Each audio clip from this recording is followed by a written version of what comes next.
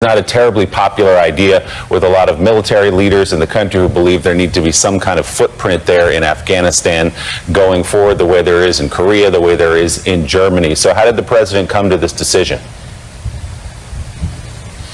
You're certainly right, Willie. There are deep divides on this decision, and across the political spectrum, there's some former military leaders who have criticized it, certainly a lot of Republicans, no surprise there, but even a few moderate Democratic senators spoke out last night saying they cast doubt on the wisdom of this decision. But the review made by the president and his team and those at the Pentagon were that this was time. Of course, the U.S. has been there for 20 years, and they know there is risk here, that there are some gains in human rights made in Afghanistan, women's rights, that could be rolled back depending on who fills the vacuum with the Americans departing. But the overall sense from the White House is that this was an intractable situation and it was time to pull them home, that the gains there, that they were risking just being stuck in inertia, that it would indeed be a forever war, and that more American lives would be lost and very little progress would be made. And also to underscore the purpose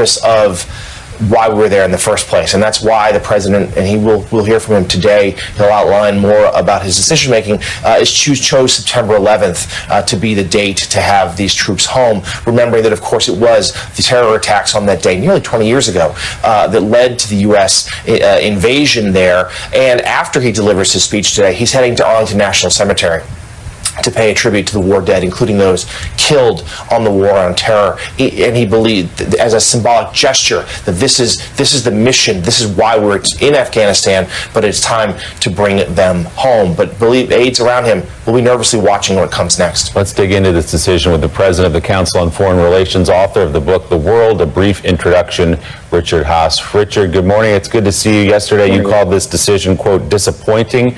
You said these kind of decisions should not be based on a calendar, but should be based on conditions on the ground in Afghanistan. I think a lot of people watching right now would say, my gosh, we've been there for 20 years. President Biden's right. It's time to go home. Explain why you're disappointed. Well, I think there's the risk that Afghanistan again emerges as an important venue where terrorists operate. And I think there's the near certainty that it will be a human rights tragedy, that anyone who worked with the United States will find himself or herself vulnerable to the Taliban.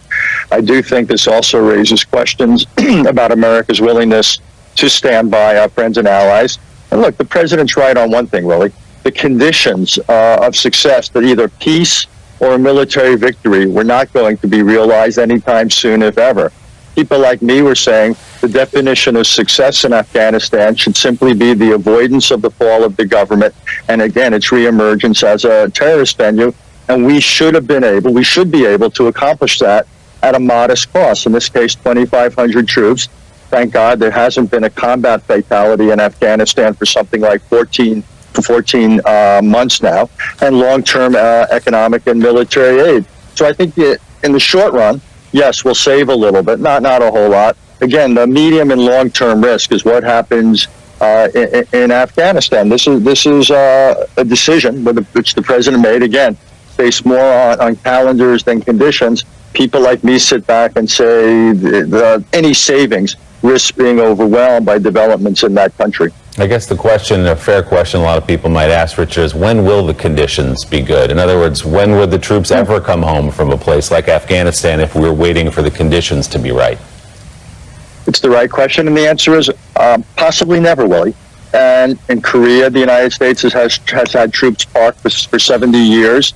We've had troops in Europe that long, so I can imagine a situation, if we think Afghanistan is an important enough venue to make sure that terrorists don't emerge, maybe there's nothing magic about 2,500 troops, but we would have a small footprint there, the possibility of going in with special forces if we needed them. Again, I don't think it's realistic for us to define success to turn Afghanistan into Switzerland.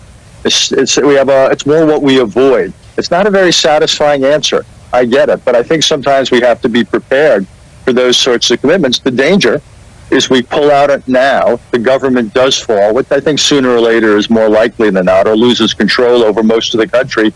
And what then? It near term looks very ugly. And then does anyone really trust the Taliban to police the country so groups like ISIS and Al-Qaeda don't set up shop again?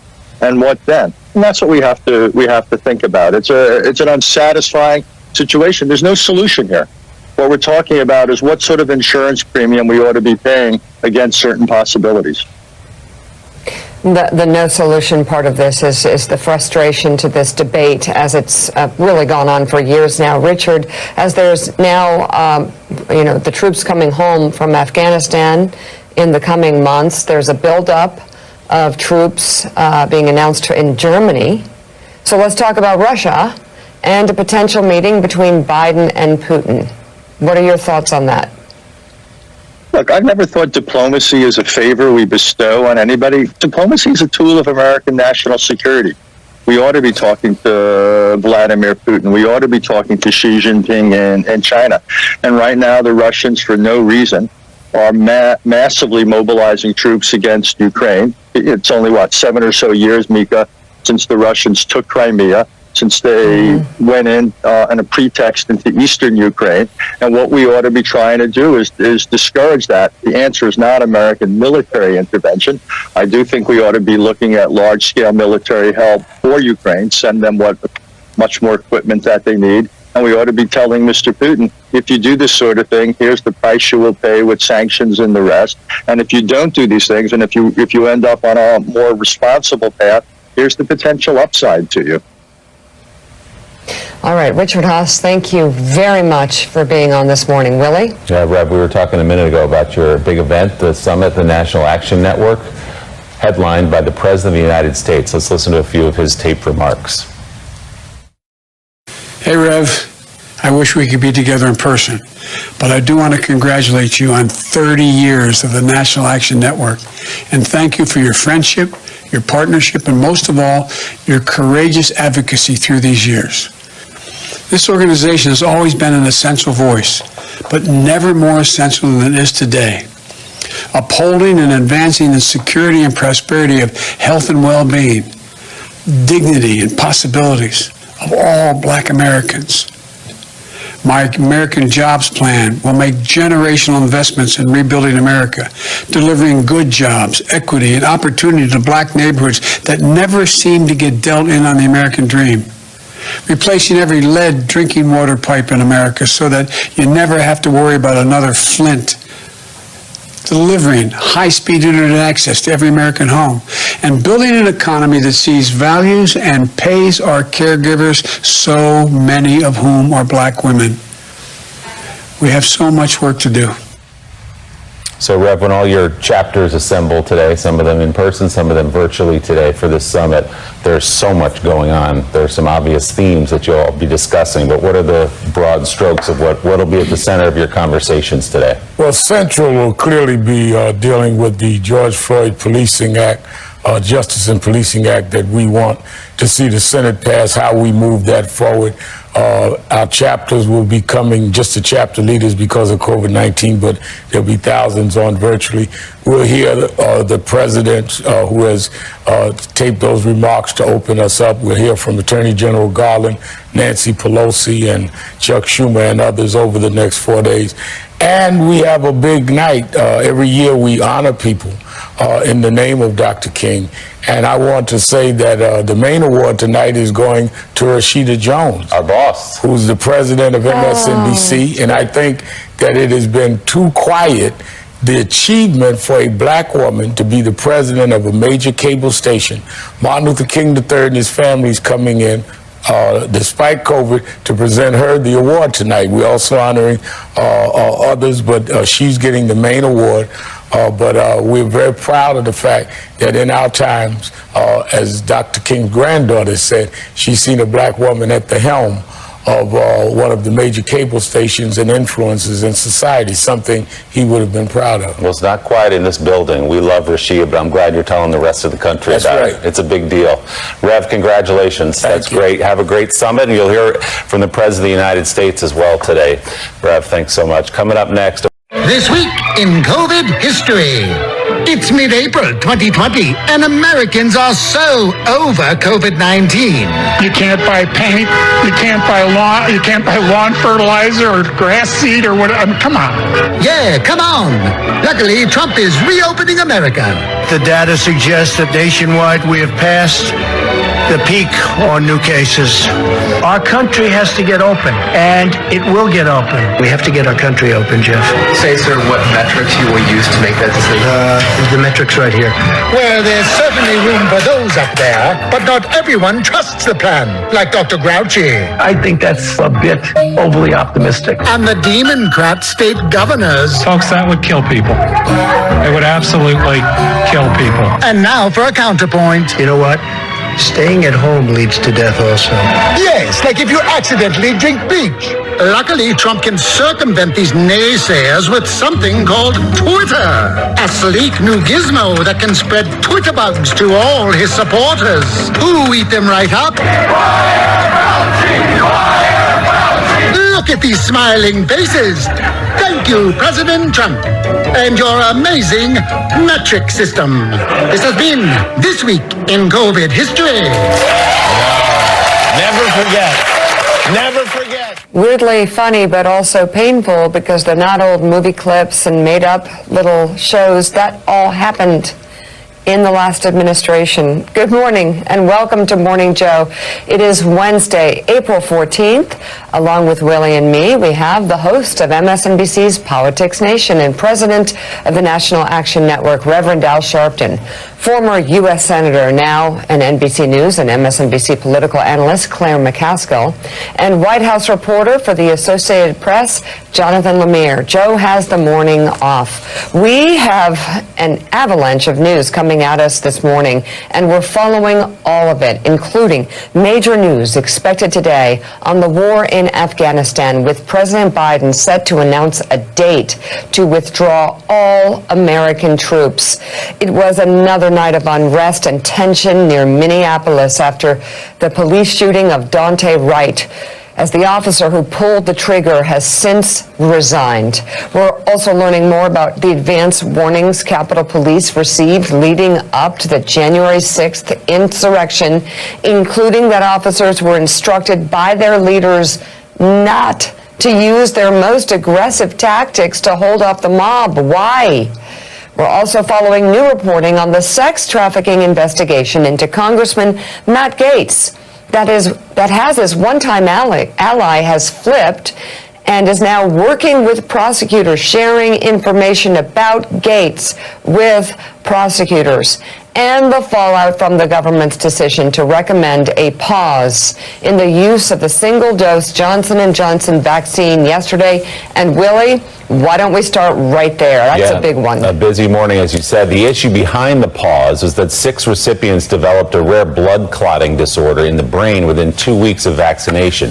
Nearly 7 million doses of J&J have been administered in the United States to date. The move sparked many states to suspend the use of that vaccine. FDA Acting Commissioner Janet Woodcock stressed yesterday, quote, "These events appear to be extremely rare. However, COVID-19 vaccine safety is a top priority for the federal government, and we take all reports of adverse events following vaccination very slowly."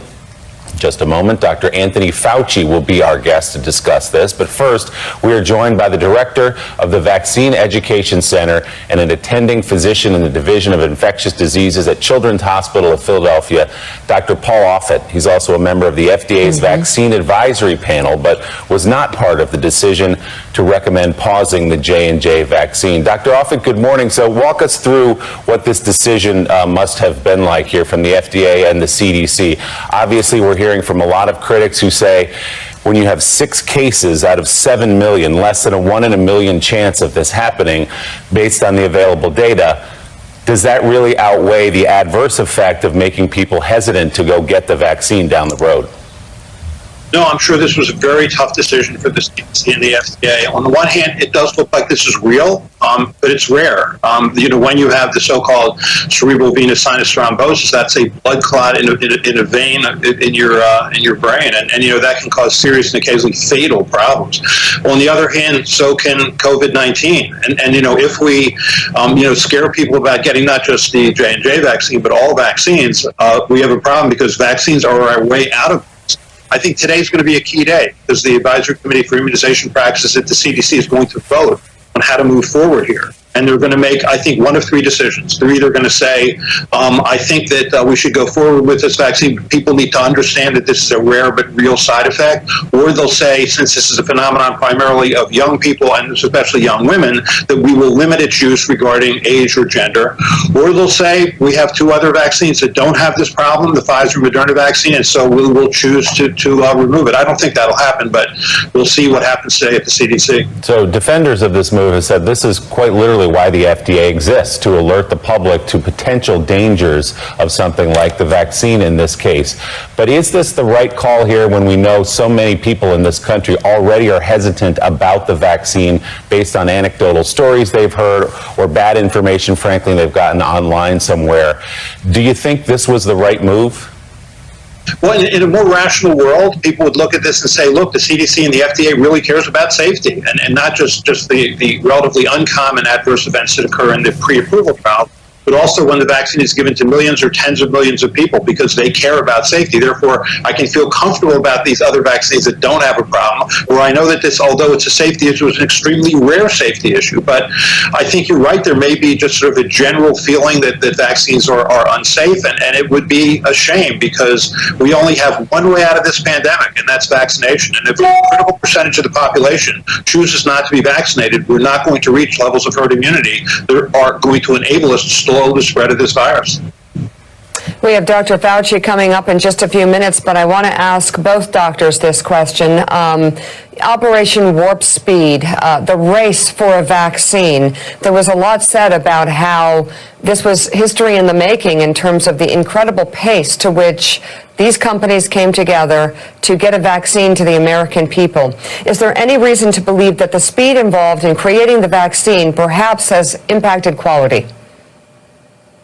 No, I think that the size of these trials, the 30,000 trial of Moderna, the 44,000 size trial of Pfizer, the 44,000 size trial of J&J is typical of any pediatric or adult vaccine. The safety follow-up, which is 2 months after the last dose, is also typical of any vaccine because usually the serious side effects, if they occur within 6 weeks of a dose, which was also true here. It occurred within 2 weeks of a dose. The problem is that, because it occurred so rarely, a study of 44,000 people, which involves 22,000 people getting the vaccine, is not likely to pick up an event that occurs in 1 in a million people. So no, I don't think that's it. The only real difference between these trials and the way that we would do trials, say, for human papillomavirus vaccine, which was also a 30,000 person trial, is that was a 7-year follow-up. I mean, here you had really a 7-month follow-up, but on the other hand, you're not going to do a 2 or 3 or 4 year study for a virus that's killed 570,000 people this past year. So you're going to do Well, then why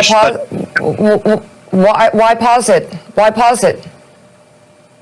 Well, so it's a pause. I think what they want to do, the FDA and CDC, is to see just how extensive this is. Are there other cases that they haven't heard about? Are there other blood clot sites like splenic blood clots or intestinal blood clots, other rare blood clots? I think they want to gather their data and then thoughtfully make a decision, which will be made today. And it is a pause. It's not an elimination of the vaccine. But you're right. I mean, has it scared people? Yes. Will it scare people to the point that many or a critical number want vaccine? I hope not.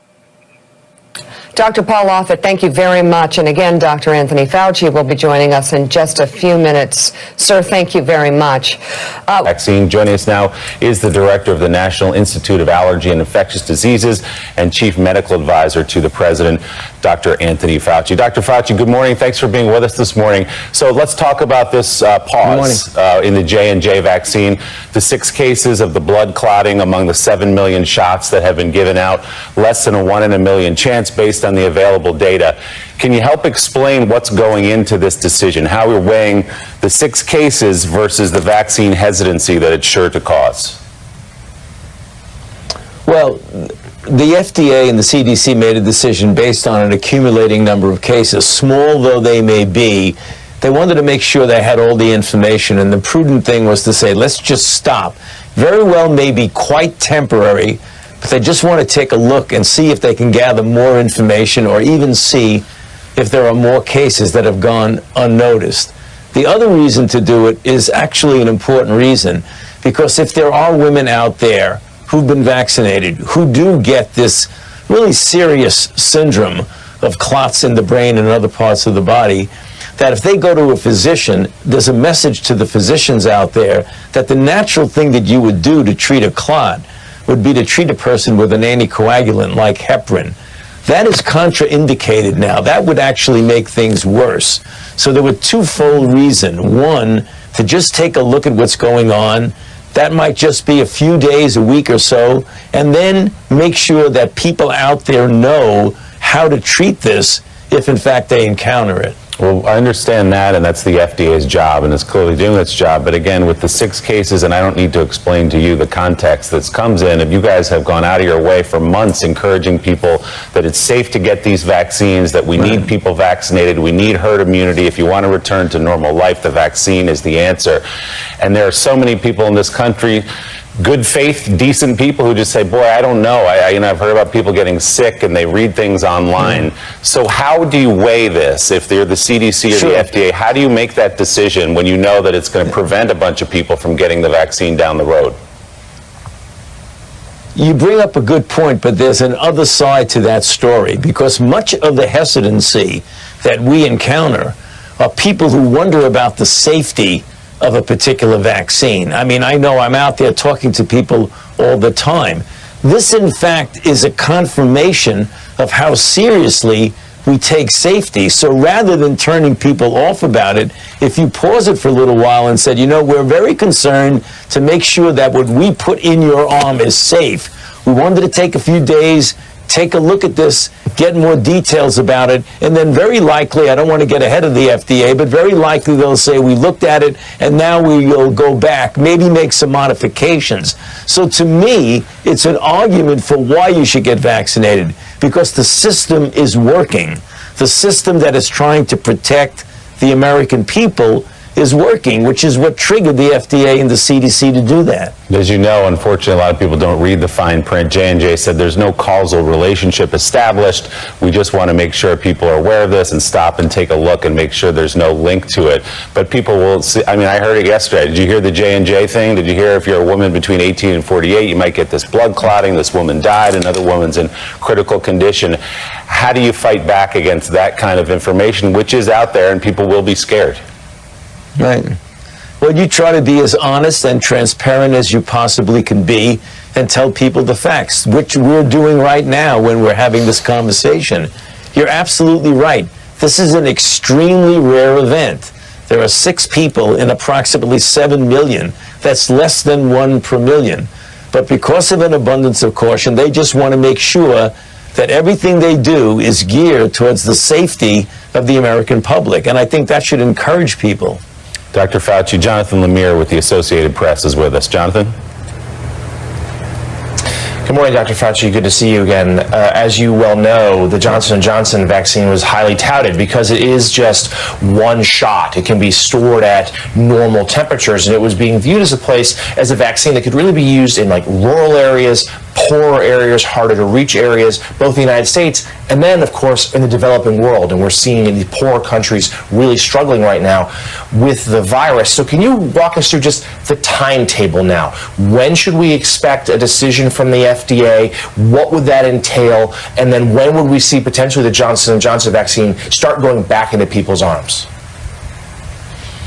Well, what the FDA and the CDC said that this would be a matter of days to weeks rather than weeks to months. So I think you're going to be hearing about a decision of the way forward really relatively soon.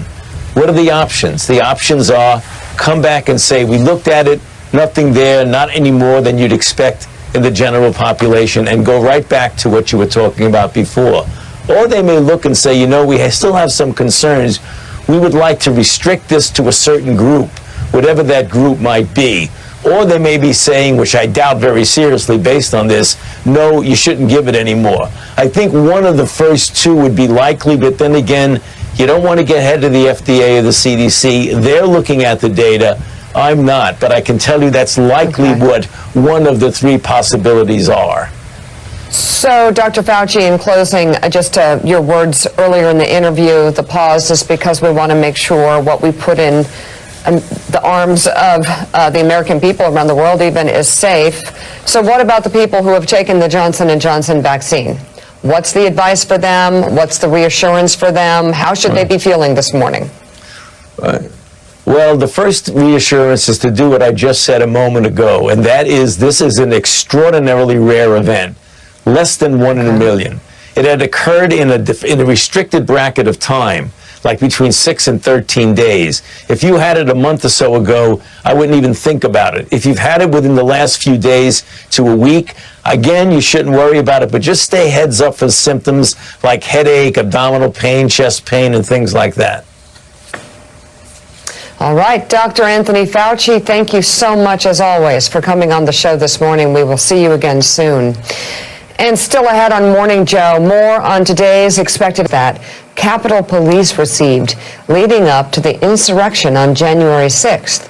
According to a new Inspector General's report reviewed by the New York Times, police were warned 3 days before the violent attack, including a potential for violence in which, quote, Congress itself is the target.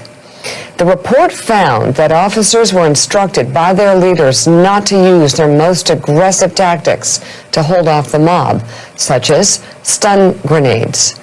According to the Times, the report notes several issues specifically tied to the force's Civil Disturbance Unit, which specializes in handling large groups of protesters. It found that the unit was, quote, operating at a decreased level of readiness as a result of a lack of standards for equipment, and fostered a culture that decreased operational readiness. The Inspector General also notes that officers responding to the riot used protective shields that had been stored in a trailer without climate control and therefore, quote, shattered upon impact. The report will be the center of a Capitol Hill hearing tomorrow. Claire, I don't even know where to begin. It sounds like two things going on here. Number one, just a growing lack of preparedness, kind of things falling apart over time. But secondly, and this is the part that really worries me as it pertains to the insurrection on January 6th, the difference in response to, quote, Trump supporters, I put quotes around that, don't know what that means, but sort of you can imagine, because they were there, what it looks like, as opposed to a Black Lives Matter protest coming toward the Capitol. It's as if they had a different reception. Yeah, I really think that this Inspector's General report should do a few things. One, it should give a roadmap to Congress on questions that must be answered. It is not good enough to say that they were told by their leaders not to be as prepared as they need to be. What leaders? Who? Who are these people? Make sure that they no longer work there, because that was a tremendous mistake in judgment based on what this report lays out. They knew that there was all kinds of chatter. There were maps of the Capitol. There were talk about it being war and bringing your weapons. This was a complete abject failure of law enforcement to prepare for that they had notice of. And let me give a shout out, Mika. Let me just take a second to give a shout out to the Inspectors General community. I don't think Americans realize the work they do. They are tremendously important. They are the eyes and ears, independent eyes and ears for taxpayers in our government. And this is a great example of where they can really make a difference. I hope that Joe Biden moves quickly to fill all the inspectors general's vacancies there are, and that they get the support and independence they need to do their jobs. Because this is an example. If it weren't for this inspector general, they would already be turning the page and thinking that they had fixed everything. And it unleashed a whole new level of incompetence at this police department. And I know there's morale issues, but you got to get things fixed before you can start building morale. There are a lot of people in Washington who'd like to turn the page, but it looks like that won't happen now. Let's turn to some foreign policy as we approach the 20-year anniversary of the September 11th attacks. President Biden is set to announce a full withdrawal of U.S. troops from Afghanistan. Announcement expected today, according to a senior White House official who says the president has been mulling the decision for weeks.